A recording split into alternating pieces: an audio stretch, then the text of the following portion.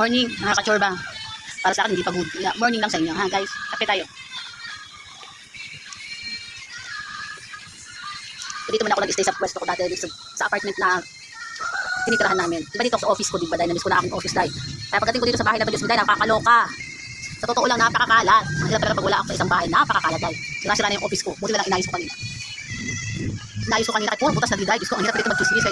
As in, butas na ang gate. Kaya inayos ko na siya. Ang ako nagising, alas 5 ng umaga dahil. Kasi mga tulog pa yung mga kapitbahay. Kaya makakapag-ayos-ayos ako dahil. Tapos napakakalat dahil. Ewan ko dahil. Hindi ko alam. Kasi alam ko naman talaga. Pagkatatamad dahil. Naloloka ako sa mga kapatid ko pagkatatamad. Hindi. Electric pan, nagmila, Diyos mo dahil. Ang hirap talaga pag wala ako sa tabi nila. Ang sarap pagkukutusan. Pero dun pa rin ako mag-i-stay muna sa isang kuya ko. Kasi wala pa yung jowa niya, wala pa yung asawa niya. Siguro, first week ng December darating na yung jowa niya. Siyempre, pag dumating na yung jowa niya, babalik na ako dito. Kasi siyempre, mas gusto ko pa rin kasama ko yung mga kapatid ko dahil. Para mautusan ko lahat sa sobrang tatamad. So dahil, pag uwi ko pa lang ng umaga kahapon, ay best in linis ako dahil. Hindi pa ako tapos maglinis. Daming kalat. Ang sarap, kukutusan. Ang gusto ko ipagtatapon yung mga gamit. Sobrang kalat. Hirap. Pero, pag nakatapos naman dito, kala ko na si kaso kahapon. Kasi gusto ko talaga matapos na yung SS ko, diba? Dahil, sa awa naman Diyos. Kasi kahapon ang kulang ko na lang ay SS yung pinili ko kasi dahil, ang pinili ko kasi ay ATM. Kasi pinapili ako doon. Gusto mo ba ano ka na lang, mag-Gcash ka na lang, or mag-pass ATM. Ay best, isagot na agad ako, ma'am, ATM na lang kung gusto ko dahil. Kasi, ang hirap pag-Gcash dahil mandrugas, sa totoo lang. So, ang hirap ng ganyan. Kaya sabi ko, sige ma'am, hanap na ako ng ATM ng sa bangko. Mas gusto ko yun. Kahit paano medyo safe kaya yan, safe. Wag lang Gcash kasi Diyos dahil sa dami ng drugas at maraming nag-i-scam sa mga Gcash. Wala, hindi na mapapakinabangan pag nagamit yan. Siyempre, sa totoo lang, marami din naman sa ATM, kaya maging safe talaga. Kaya ang ginawa nila, babalik kami doon sa pinaka-SS, babalik kami doon, kasama ng mga kasama ko kahapon. Babalik kayo ng SS next week para ma-update nyo kung okay na ba or ano, tsaka kayo mag-try mag-ATM. Mas gusto ko pa yung magbabalik-balik sa mismong SS mag-update, kaysa mag-chat or magtawag kasi baka may ibang sumagot, ipungal, sa dami mandurubas, maraming scammer. Wala ka na kahapon, di ba nagpunta muna ako sa dati kong clinic, kung doon ako nagpa-scan, nagpa-check ng ulo, parang scan ba yun, parang ganun. So, Diyos ko po, dahil sa totoo lang napakalayo nung clinic na yun. Pero nung isang araw ko pa yun, kinek sa Google. Kasi, si Kajon ang kasama ko talaga pagpunta doon, siya yung nagpapacheck up sa akin doon, kasama ko siya lagi. Di habang sumakay ako ng jeep, nakatingin ako sa palibot, para makita ko yung pinakalubot, kasi malapit yung sa kalsada. Hindi ko inaasahan sa nangyari kong yun na umiyak lang ako ng umiyak sa jeep. Dahil, wala akong pakialam sa mga kasama ko sa jeep. Dahil, kasi hindi ko talaga inaasahan din na umiyak din ako ng umiyak siguro. Siguro, umano din si kuya. Kasabay ko si kuya ko siguro sa jeep, kahit wala siya. Siguro sinamahan niya ako. Kasi siya talaga nag-aalaga sa akin pagsama sa check up dati dahil. Tapos iyak ako na iyak. Sabi ko, sana makita ko yung clinic na yun. Nahihirapan ako, pagod na ako kasi kakabalik-balik. Kasi wala akong kasama dahil. Hindi kagaya noon na kasama ko si kuya dati. Siya nakikipag-usap. Siya makikipag, kung ano dapat tanungin, kung ano dapat sabihin.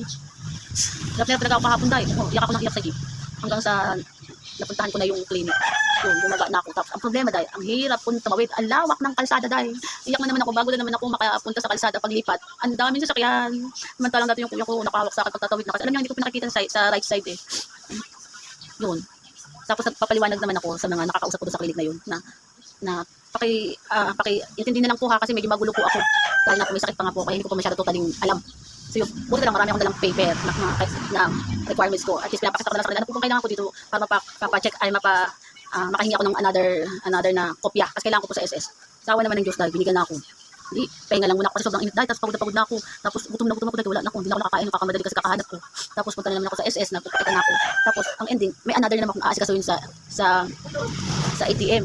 So kailangan, balik na lang daw ako ng Monday. Balik, sabi ko, hindi malapit na naman po dito yung mga bangko. Alin po ba dapat kong gawin? Yun, tinuruan na naman ako. Sabi ko, pwede po bang pakisulat na lang po sa papel kasi hindi po ako mahirap magpaliwanag kasi wala po akong kasamang usok po matapos ko na to. Para matapos ko na po siya talaga. Kasi pagod na talaga ako balik-balik dahil. So ang ginawa nung sa SS, yung office na yun, sinulat na lang niya, sinulat niya lahat. Tatlo ata sinulat niya dahil. Noon, best in sakay agad ako, pumunta ako sa bangko. So sabi ko, buti na lang, hindi pa nagsarado kasi alas 3 na pasado eh, yung pala, may excess naman siyang 4 o'clock. So at least nakapasok ako dahil sabi ko, ma'am, asikaso nga po ako sa SS pa, ATM para sa SS ko po, ayos nga po ng akin, ito pong letter sa akin, letter ng SS kasi hindi ko po alam kung paano ipaliwanag, kaya nag-request po ako na magsulat po siya. So pinakita ko agad yung pinakasulat ng SS sa akin para makin okay. Sa awan naman Diyos, ayos na naman ako sa ATM kasi binasa lang nila, binasa yung sulat nung ni madam na galing SS. Ngayon, nasikaso niya ako, buti nga walang masyadong tao dahil, yun, naging okay na ako, buti nga madala akong pera, 100 dahil, wala na talagang pera dahil, meron ako dalang 100, so binayaran ko ulit pa ni bago 100. Balik na agad ako sa SS, nag-asikaso na ako. Sila ang tao, hirap. Hanggang sa dumating ng alas 5. Buti na lang, hindi pa kami pinalabas. Pero bawal nang pumasok kasi alas 5 na eh. So kami mga nandun natira sa loob, kami na lang yung inasikaso para matapos na. Kasi ilang ulit? 1, 2, 3, 4. Naka-apat pa ikot-ikot kung saan ka pupunta sa office kasi dahil lumilo ko. lagi ko pinapakiusap na, ma'am, paki-asikaso nga po ng ayos. Kasi hirap po talaga umintindi.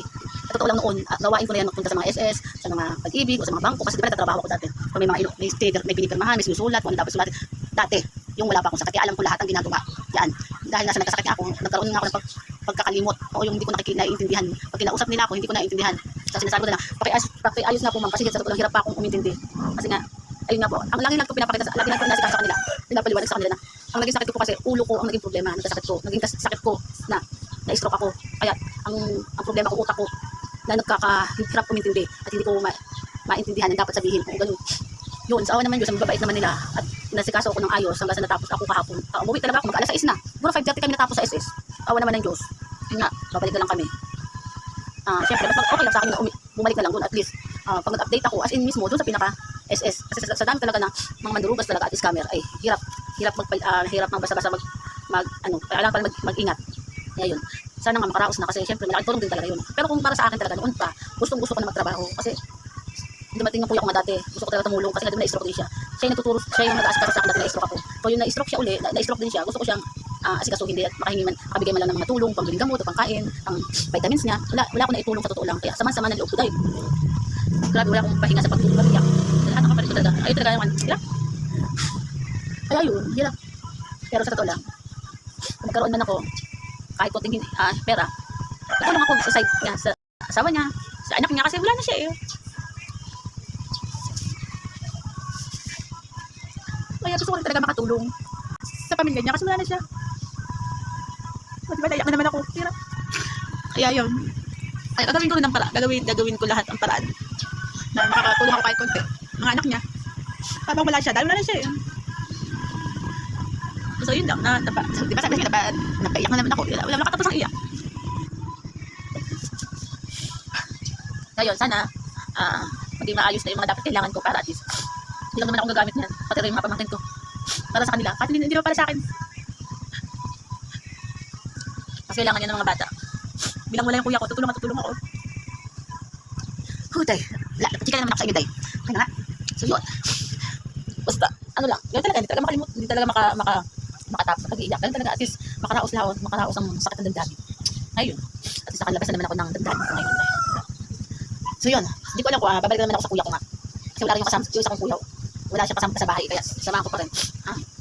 Wala, nag-iisa namin yung kuya. Kaya kailangan din namin masalamat na rin. Meron na siyang asawa. At least may natulong-tulong sa kanya bilang kasi wala naman, kaso ang problema, wala lang silang anak. Kaya nga nagkaanak sana sila. At least meron talagang yung kuya ko, maging masaya ng tuluyan kung nagkaanak siya.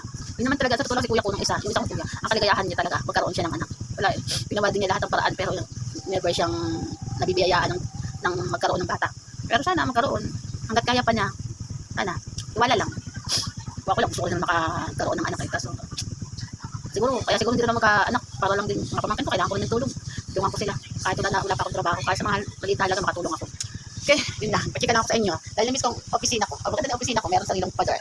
Diba? Okay, goodbye na sa inyo mga ka-churro. Bye. Paluha na naman sa mga total. Bye.